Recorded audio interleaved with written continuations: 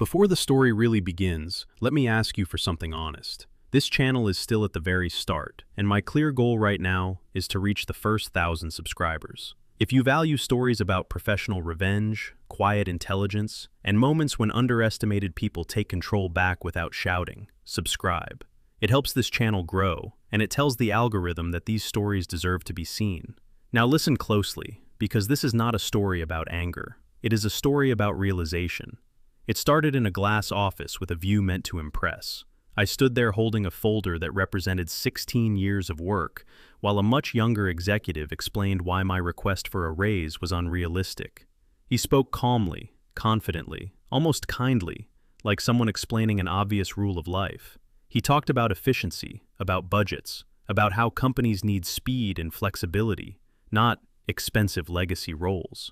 I was the director of cloud engineering, the person responsible for systems that never failed, outages that never reached the news, and problems that disappeared before anyone noticed them. Yet in that moment, none of it mattered. He smiled while explaining that experience was valuable, but not valuable enough to justify higher pay. He said the board preferred investing in younger teams with more energy. He said everyone was replaceable, even people with long histories. No insults, no raised voice, just polite dismissal.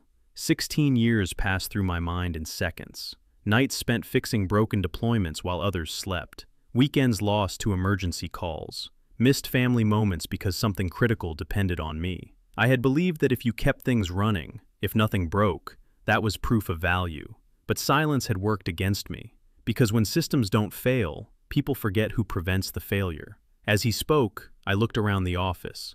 Awards on the wall, clean furniture, glass everywhere. Everything designed to show control and success. Yet the person explaining my worth had never built what he managed. He inherited systems.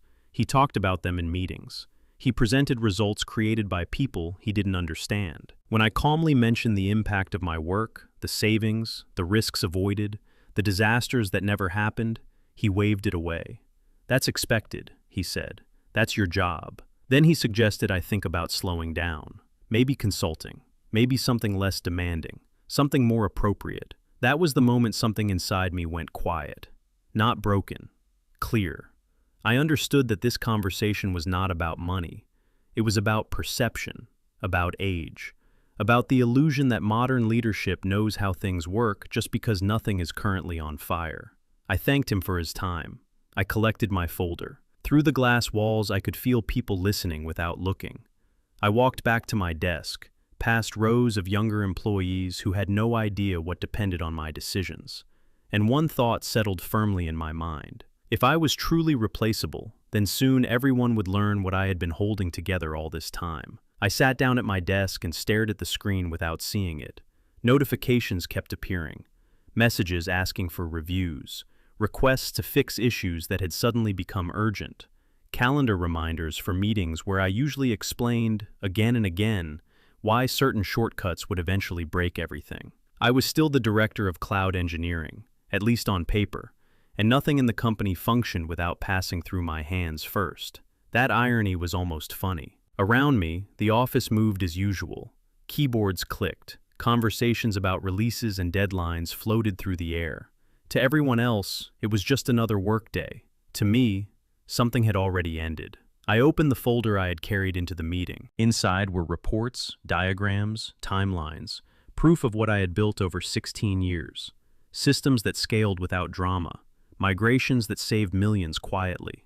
Security measures that stopped problems before executives ever heard about them. I had brought it, hoping facts would matter. They didn't. Numbers mean nothing when someone has already decided what you are worth. I minimized the folder on my screen and leaned back, letting my eyes wander across the open office. Most of the engineers around me were young, smart, motivated, confident. They weren't the problem. The problem was that they had never seen failure at scale. They hadn't lived through total outages, legal threats, near collapses. They believed everything could be rebuilt quickly because they had never been the ones cleaning up the consequences. My phone vibrated. Another message. Another small fire that needed my attention. I fixed it in minutes, out of habit more than effort. That was when the pattern became impossible to ignore. I wasn't valued because things worked. I was invisible because things worked.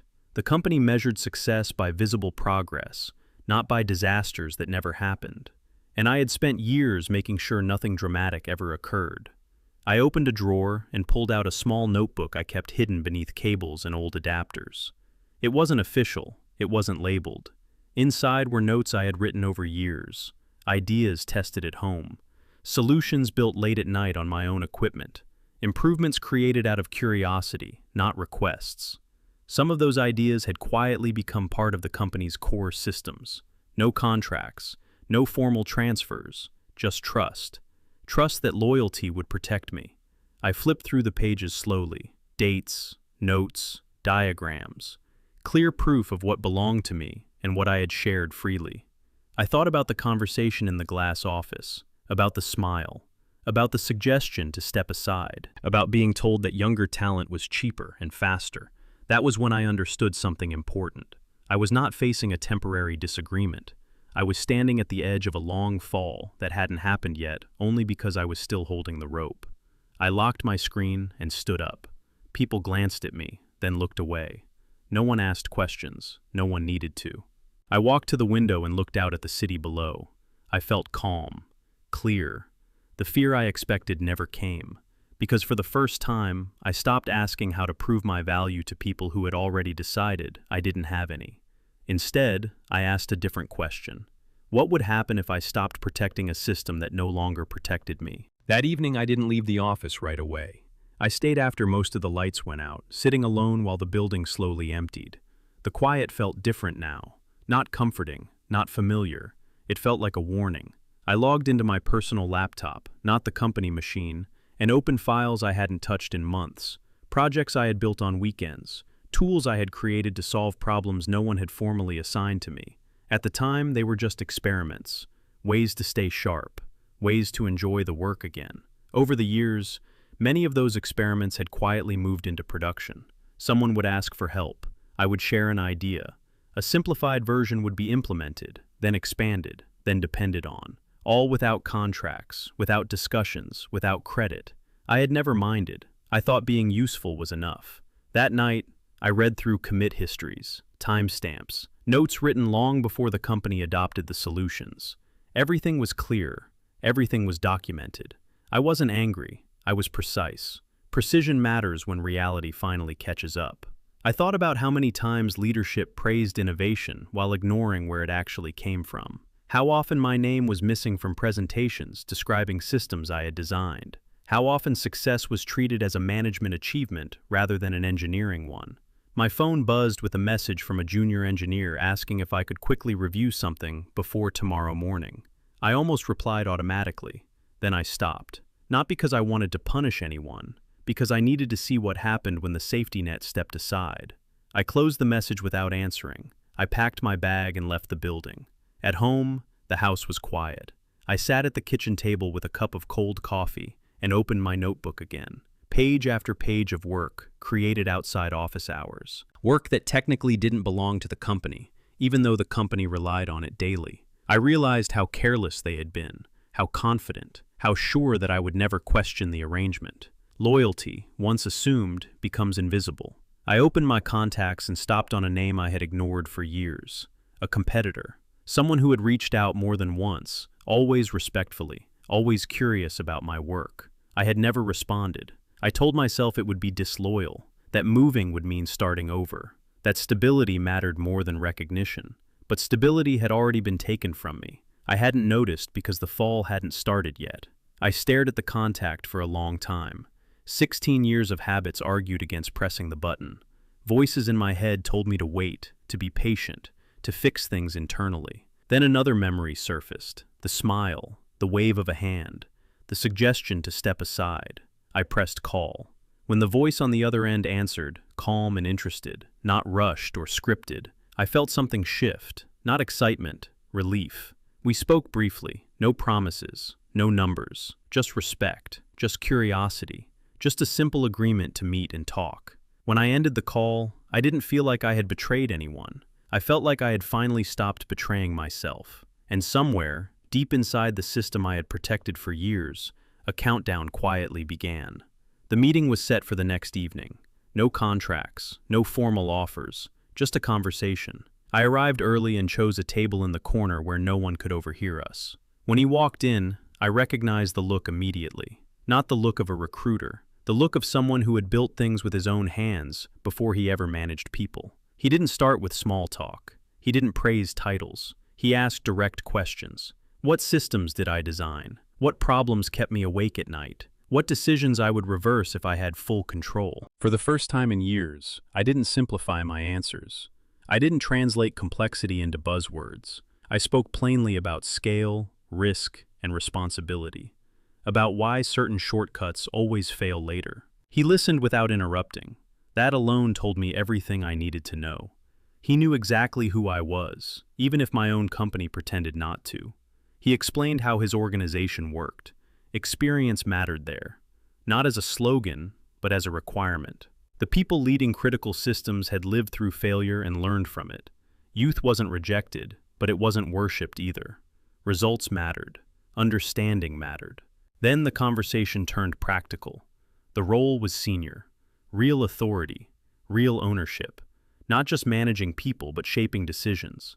The numbers he mentioned were higher than anything I had ever earned. But what mattered more was what came after. My name would be attached to what I built. Credit would follow responsibility. If personal work was brought in, it would be reviewed, documented, and acquired properly. No assumptions, no quiet borrowing, everything above board. I didn't answer immediately. I didn't need to. The contrast spoke for itself. One company saw me as a cost that needed justification. The other saw me as an asset that needed protection. When we stood up to leave, there was no pressure, just an understanding that time was limited. Systems don't collapse instantly. They weaken first. They depend more heavily on the people who quietly hold them together. As I walked back to my car, my phone vibrated. A message from work, a deployment issue. Normally, I would have turned around and gone back. That night, I didn't. I forwarded the message to a team channel and kept walking. The next morning, the office felt different. Subtle tension, longer meetings, more questions. I answered what was asked. Nothing more, nothing less. I stopped solving problems before they became visible. I stopped absorbing risk so others could look competent. And slowly, cracks began to show. Meetings ran longer, decisions stalled, simple issues escalated. People started asking where certain documentation lived. I pointed them to shared folders I had maintained for years. Folders no one had ever opened. I watched realization spread quietly across faces. Not panic yet, confusion, discomfort. The early stage of understanding what I had been shielding them from. And through it all, no one from leadership checked in. No one reconsidered. They were too busy believing their own narrative. That the system ran itself. That roles were interchangeable. That experience was optional. I said nothing. I didn't need to. The system was beginning to speak for me. 2 weeks passed faster than I expected. No dramatic failures, no headlines, just friction. The kind that slows everything down without anyone understanding why. I watched leadership grow impatient.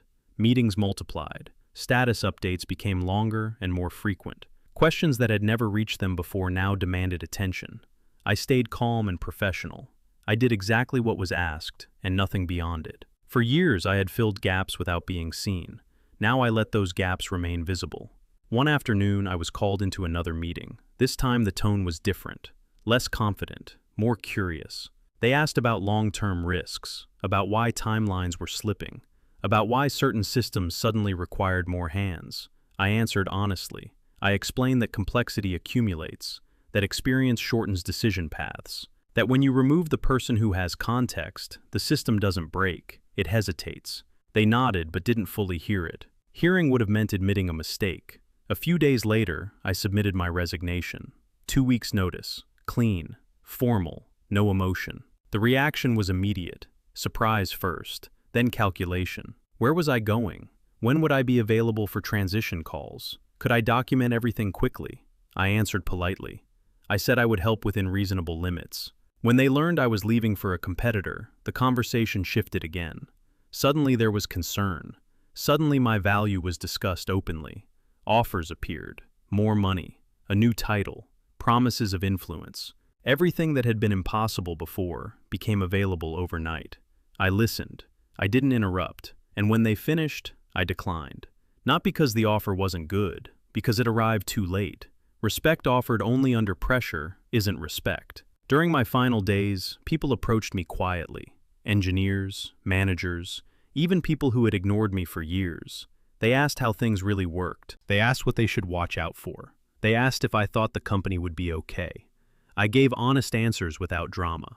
I trained my replacement carefully, a capable younger engineer who looked overwhelmed by the weight he was inheriting. I didn't blame him. He wasn't the problem. He was about to learn the difference between theory and responsibility. On my last day, I walked through the office one final time. Same desks, same screens, same confident assumptions. But something had shifted. People were watching now, not out of respect, but concern. They felt the absence before it officially existed. When I handed in my badge, no one escorted me out. No ceremony, just a quiet exit. I walked to my car feeling lighter than I had in years. Not victorious, free. The following Monday, I started my new role. New team, new expectations, real conversations. Within days, I saw familiar patterns in their competitors' systems. Weaknesses I recognized instantly. Gaps I knew how to close. And as I began implementing solutions with full support and clear authority, I understood the final irony. Everything my old company dismissed as outdated was about to become their biggest competitive disadvantage. The first weeks in my new role were intense, but focused. No chaos, no confusion, just work done with purpose. The team was experienced, not rushed. People asked questions before making decisions instead of apologizing afterward. When I proposed changes, no one asked how fast we could push them. They asked what would break if we did. That was the difference. I spent long days reviewing systems, mapping dependencies, identifying risks that had been ignored for years. Patterns emerged quickly.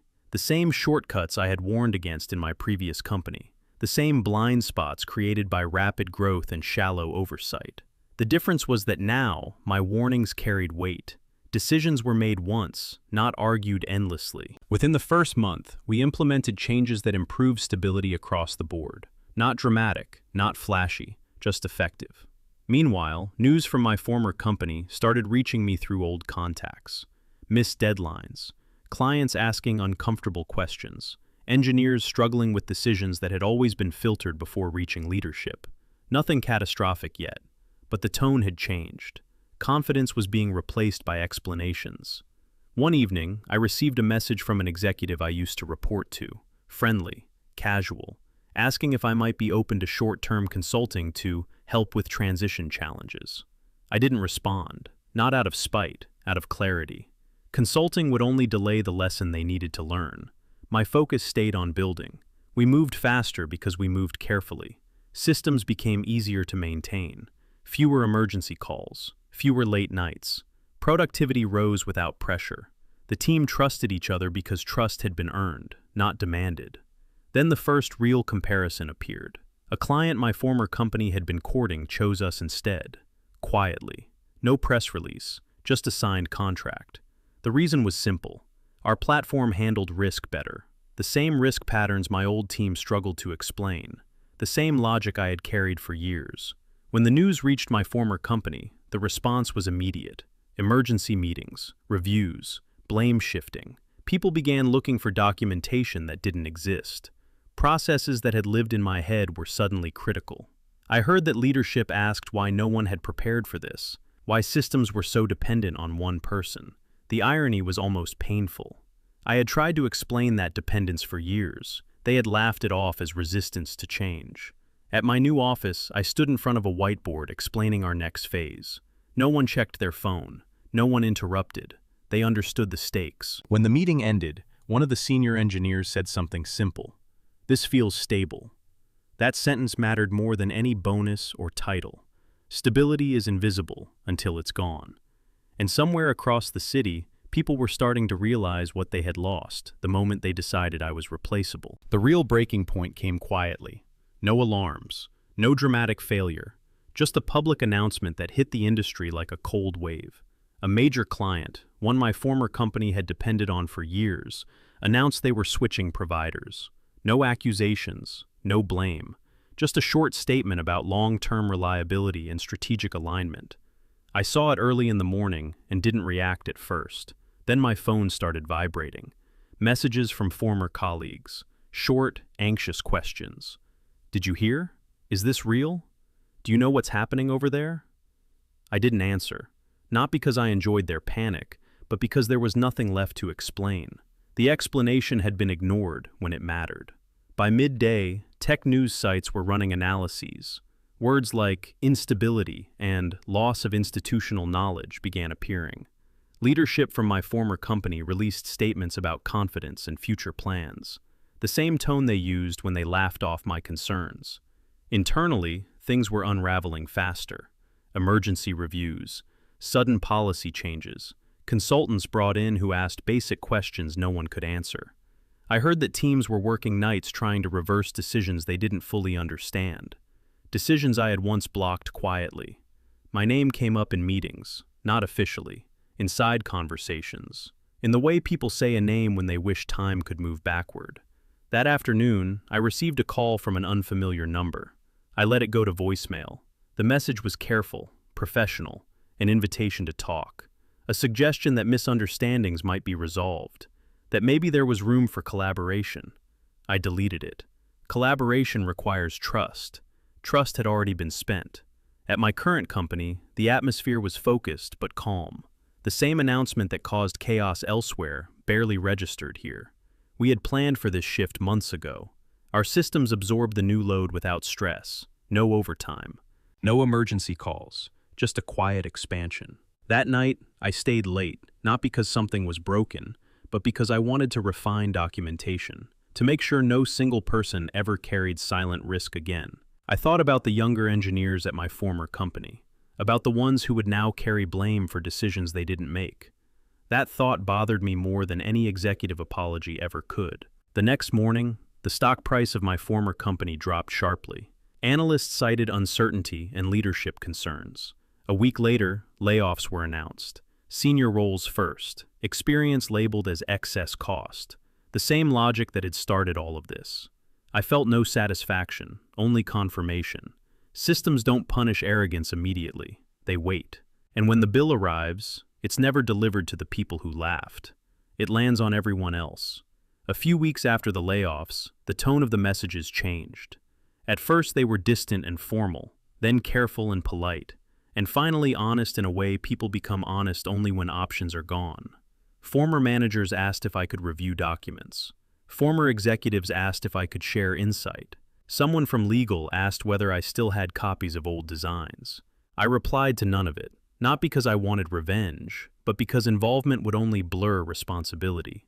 They needed to face what they had created without a safety net. One evening, as I was leaving the office, I noticed a familiar car parked nearby. I didn't think much of it until a figure stepped out and called my name. It was one of the senior leaders from my previous company. Not the same confident presence, not the same controlled posture. He looked tired, older than I remembered. He spoke quickly, without rehearsed phrases, asking if we could talk for a moment. He said the company was struggling, that contracts were under review, that systems were behaving in ways no one fully understood anymore. He said my departure had exposed gaps they didn't know existed. I listened quietly. Then he offered money, a lot of it. Short-term, long-term, consulting, advisory roles, anything. I told him the truth. I said the problem wasn't missing documentation or temporary expertise. The problem was that the company had trained itself to ignore experience, to replace understanding with confidence, to believe that if something worked yesterday, it would always work tomorrow. I said I wasn't interested in returning, even temporarily. Not because I was angry, because I had moved on. He nodded slowly, like someone hearing something they already knew but hoped wasn't true. When he left, I sat in my car for a long time without starting the engine. I thought about how close I had come to staying, how easily this story could have ended with me accepting a late apology and continuing the same cycle. At work, progress continued. Clients trusted us quickly because we didn't oversell. We explained limits clearly. We planned conservatively. Stability became our reputation. New hires joined specifically because they were tired of chaos disguised as innovation. One afternoon, a former colleague joined our team. Then another. Quiet transitions. No announcements. just people choosing environments where they weren't treated as expendable. Meanwhile, my former company announced a strategic review, then a restructuring, then a pause on expansion. Each announcement sounded confident. Each one revealed more uncertainty beneath the surface. I realized something important then. The most damaging part of underestimating people isn't losing them. It's losing what they protected without ever being asked to. That protection is invisible until it disappears. And once it's gone, no amount of money can buy it back quickly. By the time the market understands what happened, the damage is already done. The legal move came exactly when I expected it to. Not immediately, not while emotions were high. It arrived later, wrapped in formal language and confidence. A notice claiming misuse of intellectual property. Accusations framed carefully enough to sound reasonable to people who didn't understand the details. I read it once and felt nothing, because I had prepared long before this moment existed. Every personal project was documented, every file time-stamped, every idea traced back to nights and weekends on my own equipment. What they called theft was simply ownership they never bothered to secure. Their legal team assumed intimidation would work, that silence would follow. Instead, the case collapsed quietly. No dramatic ruling, just dismissal. The facts were too clean, their confidence too careless. The judge's language was neutral, but final. Responsibility lies with the company to secure rights it depends on. They hadn't. When the news spread internally, the mood shifted again. This time from panic to resignation. People began leaving on their own. Not just engineers, managers, architects, anyone who understood what institutional memory really meant. The company tried to rebrand the situation as transformation, a reset, a chance to rebuild. But rebuilding requires foundations, and foundations require people who know where the cracks are buried. At my current company, we used the moment to do something different. We formalized knowledge sharing. We made sure no critical system depended on a single person's memory, not because individuals weren't valuable, but because value should be visible, not hidden. I pushed for recognition structures that rewarded prevention, not just recovery, quiet wins, long-term stability, the things no one applauds until they vanish. A former colleague visited me one afternoon, someone who had lost his job during the layoffs. He wasn't angry, just tired. He asked if any of it had been worth it, the tension, the fallout, the uncertainty. I told him the truth. I said I didn't aim to destroy anything. I aimed to stop disappearing. What happened afterward was the result of decisions made long before I left. Decisions to confuse speed with strength, to confuse youth with insight, to believe systems run themselves. He nodded slowly. He understood. Months later, industry articles began referencing the situation as a case study. Not about revenge, about risk. About what happens when experience is treated as overhead instead of insurance. The name of my former company appeared less often. When it did, it was usually in the past tense. And I realized something unexpected. The quiet revenge wasn't watching them fall. It was watching myself no longer needing their approval to stand. Time has a way of flattening emotions. What once felt sharp becomes clear instead. Months passed, then a year. My former company faded from daily conversation, not because it disappeared overnight, but because relevance slipped quietly. Clients moved on, talent moved on, the market adjusted. That's what markets do. They don't punish feelings, they correct mistakes. I settled into a rhythm that felt sustainable for the first time in my career. Work ended at reasonable hours. Decisions were deliberate. Responsibility was shared instead of silently dumped on whoever cared the most. The systems we built held steady under pressure because they were designed with humility, not ego. One afternoon, while reviewing a long-term roadmap, I realized something that surprised me. I no longer felt the urge to check news about my old company. No curiosity, no satisfaction, just distance. That was the real ending. Not victory, not revenge, detachment. I had stopped measuring myself against people who never understood my value in the first place. Occasionally, someone new on the team would ask about my previous role, why I left, what happened. I kept the answer simple. I said I was in a place where prevention was invisible, and invisibility was mistaken for irrelevance. They always nodded, because anyone who has carried real responsibility recognizes that sentence immediately. Experience doesn't announce itself. It waits. It watches. It intervenes before damage happens, and that makes it easy to ignore until it's gone. I thought back to that glass office, the polite smile, the suggestion to step aside. I understood now that the conversation was never about age or money. It was about comfort, about leaders wanting the illusion of control without the burden of understanding. Letting someone like me go made their world feel simpler, for a while. Eventually, reality corrected the story they told themselves. It always does. If you're listening to this and you recognize the pattern, understand this. Your value is not defined by how loudly you are praised, but by how much damage you quietly prevent. If the people above you can't see that, it doesn't mean you're wrong. It means you're in the wrong place. Document your work. Know what belongs to you. Don't confuse loyalty with self-erasure. Because when systems fail, they don't ask who was cheapest. They ask who understood them. And when experience finally stops protecting those who dismiss it, the lesson is brutal, expensive, and irreversible. I didn't win by destroying anything. I won by refusing to disappear.